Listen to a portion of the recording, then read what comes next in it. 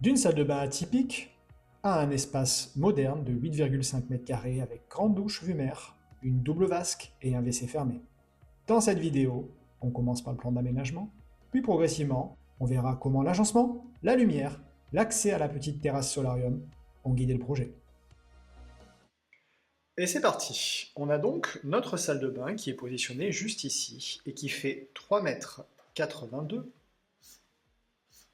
par 2,25 m. Elle est donc centrale et elle est desservie par un dégagement qui est une mezzanine, qui est elle-même du coup connectée aux espaces de vie par un escalier et qui dessert des pièces de nuit. C'est important de le préciser puisqu'on est sur des coins un peu plus privatifs. Notre salle de bain est donc composée d'une baignoire, positionnée juste ici, d'un bidet, et elle donne sur une terrasse qui est un solarium et qui fait 5 mètres carrés. La volumétrie générale de notre salle de bain fait donc 8,5 mètres carrés, pour pouvoir bien comparer et apprécier. On a donc également un niveau, une hauteur ici à apprécier, puisque sur la partie solarium et sur la partie basse, on a une hauteur de 60 cm, ce qui vous permet de bien comprendre les enjeux et les particularités. On a une fenêtre positionnée juste ici et une seconde sur le dégagement. Ce qui veut dire que celle-ci elle est intéressante pour la vue extérieure, mais lorsqu'on la met en comparaison de celle-ci, c'est moins intéressant, puisque du coup ça veut dire qu'une personne qui circule par ici a une visibilité directe sur la baignoire. Et puis le propriétaire, il veut voir la mer, qui se trouve par ici. Donc on a la nécessité d'avoir une vue mer orientée dans ce sens, ce qui va configurer la réorganisation de notre volume général. On va donc supprimer notre baignoire, supprimer notre bidet, déposer l'intégralité de notre marche. On a une vasque avec des petites parties de rangement qui sont quand même relativement bien faites, il faut le dire, mais pas optimum et pas en phase avec le projet. Donc on va entièrement déposer cela. On a notre système de chauffage, qui est un chauffage connecté à une chaudière à gaz, qu'on supprime également. Et ici, on a une très grande colonne technique qu'on va mettre à profit dans la suite de notre aménagement. On a également notre demi-cloison avec la robinetterie qu'on vient supprimer. Juste ici, puisqu'on va la configurer différemment avec un passage de lumière, vous allez voir pourquoi. On a donc un ensemble de contraintes à intégrer et on va les retravailler. On va se faire un petit peu de clarté avec le plan de dépose et on va voir ensemble l'aménagement pour structurer. Donc dans notre salle de bain, on rentre toujours par cette porte qui est une porte battante d'environ 80 cm. Nous avons effectivement cette fenêtre coulissante et un accès à notre terrasse solarium. Donc ici, nous allons tout d'abord cloisonner pour intégrer notre WC fermé avec une double cloison pour intégrer une porte en galandage, donc une cloison assez épaisse pour que la porte puisse rentrer à l'intérieur. Notre porte donc, qui se positionne ici et qui va donc rentrer dans la cloison par là. Ici, on a donc notre cloison. Elle fait 80 cm pour avoir un passage quand même cohérent et confortable. Ici, dans l'autre partie, nous allons installer une fenêtre fixe pour profiter de cette luminosité et également de celle-ci puisqu'on vient également la changer en porte vitrée pour avoir donc un maximum de luminosité dans cette salle d'eau. Notre WC suspendu, on le positionne ici avec ces évacuations qui vont passer en caisson sous vasque pour accéder à cette colonne technique, donc par ici. Ensuite, nous avons notre bac de douche qu'on vient positionner à l'opposé. Nous allons tout d'abord donc le dessiner avec notre coffrage et un deuxième doublage en intégrant des niches. Notre bac de douche fait 100 par 100, donc il est quand même assez confortable en termes d'espace, d'espacement. D'usage. Et d'usage, exactement.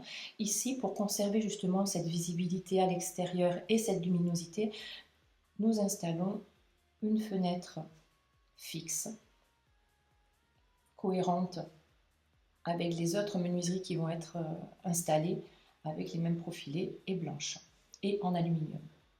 Ici, nous avons notre paroi de douche qui vient s'installer. Dans ce grand espace, nous allons mettre la double vasque. Donc, c'est un meuble de 1,40 m. Ici, avec ici un rangement. Donc, c'est un beau meuble, très confortable. Donc, hop, de 1,40 m. Nous avons également notre sèche-serviette qui vient s'installer en face de la douche pour un usage plus facile. Donc pour accéder à notre espace atypique, ici, donc terrasse, nous avons une hauteur de 60 cm. Ici, nous avons le même sol, donc aucune marche. Donc ça veut dire que les 60 cm sont impactés ici. Nous allons pour cela créer un escalier que vous verrez dans les phases de réalisation à la suite, avec donc un escalier hop, un petit peu avec cette forme-là, pour donc accéder à notre extérieur. Justement, cet extérieur, on a une visibilité avec le voisinage qui est quand même assez importante puisqu'on est quand même sur les toits. Donc on va installer ici 3 jardinières avec des végétaux de haie. Donc persistants, rustiques, de type Pittosporum tobira, Photinia et Abélia, pour donc conserver une intimité importante dans cet espace et également installer une table avec 2 chaises pour pouvoir s'y poser. En parallèle, tout ce qui est relatif à l'électricité et à l'éclairage, on a ici un chauffage hybride, mix, puisqu'il est connecté à la fois à la chaudière et il a à la fois une partie électrique pour pouvoir faire tout ce qui est relatif aux mi-saisons. On va positionner un ensemble de spots, ici, là, ici et là. Et on va continuer dans la logique pour l'espace sanitaire fermé, comme ça, avec les va-et-vient qui permettent du coup aisément de les utiliser et d'avoir une bonne circulation et une forme d'homogénéité. On positionne également un interrupteur ici avec une applique qui permet d'éclairer quand on veut utiliser sur l'espace extérieur, notre petite terrasse, et de prolonger un petit peu les usages en fonction des saisons. On a un aménagement qui est cohérent, la circulation fonctionne bien. On arrive à avoir une visibilité sur la mer, comme le propriétaire le souhaitait, et on a une forme d'intimité qui se fabrique ici, puisqu'on n'a pas la possibilité de voir à travers cette fenêtre ce qui se passe dans les toilettes. Donc notre intimité est fabriquée. On a tous les usages fonctionnels qui permettent d'avoir une salle de bain qui répond à l'usage.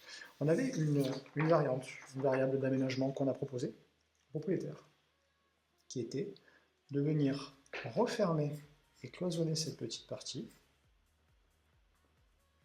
pour y fabriquer notre toilette. Et en parallèle, ajouter une porte, juste ici, pour accéder à notre salle de bain, ce qui permettait d'avoir notre accès toilette, notre accès salle de bain, et de pouvoir, à partir de là, facilement refaire la configuration ici avec une grande douche, un rangement, une vasque, une grande double vasque également qu'on arrivait à repositionner, et notre système d'escalier qu'on aurait pu avoir un petit peu différemment, et avec une 3e marche qu'on aurait pu voir vraiment plus évasée, quelque chose comme ça. C'est ce qu'on avait proposé. Le propriétaire ne l'a pas souhaité, puisqu'il estimait que sur cette zone-là, ça faisait trop de portes, ça assombrissait également pour lui, et il tenait particulièrement à avoir la visibilité sur la mer, puisque c'est pour ça qu'il a fait l'acquisition de cette maison. On est donc resté sur cette variable d'aménagement qui a été retenue et mise en œuvre. Vous trouverez en description un lien avec des ressources, coupe et plan projet, pour mieux comprendre cet aménagement et les matériaux utilisés. Et maintenant, on passe aux phases chantier. Les phases de dépose et de préparation sont engagées. On fait table rase, supprimant bidet, baignoire et tout l'existant. On découvre les caissons, les anciens réseaux, on fait un point sur la nouvelle configuration de la salle de bain et sur ce qu'on peut récupérer.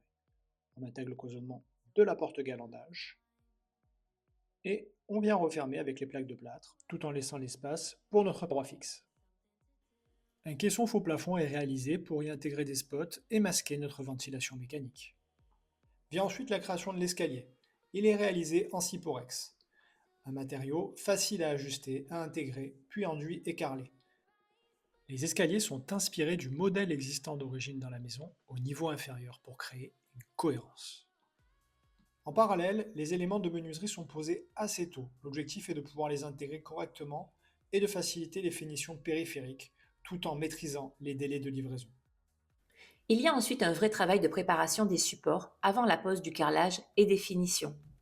Encore une fois, les plaques de plâtre sont utilisées pour créer les caissons, les encoffrements et les niches.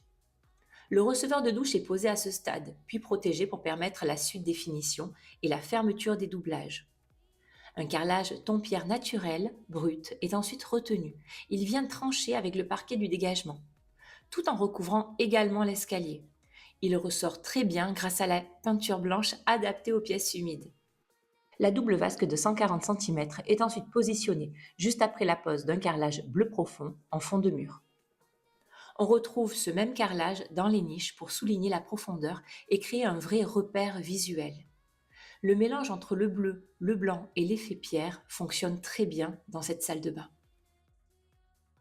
La circulation est mise en valeur et permet l'accès au solarium, un espace atypique mais fonctionnel. Les finitions soignées contribuent aussi à cette impression d'ensemble. La lumière circule grâce à la nouvelle porte et la paroi fixe, tandis que la porte en galandage permet de fermer le WC directement accessible depuis la salle de bain, tout en préservant l'intimité. Enfin, la douche devient ultra pratique, avec une belle dimension et une grande paroi qui laisse profiter la vue extérieure, comme le propriétaire le souhaitait. On obtient une salle de bain modernisée, sur mesure et personnelle. L'ensemble dialogue avec le reste des espaces que nous avons traités pour ce projet. Et ça sera pour une autre vidéo. C'était Clara et Mathieu d'Archiworking. Si vous avez aimé cet aménagement, pensez à liker la vidéo, à vous abonner et dites-nous en commentaire comment vous auriez aménagé cette salle de bain. Vous avez un projet d'aménagement ou de rénovation? Réservez un appel avec nous via le lien en description.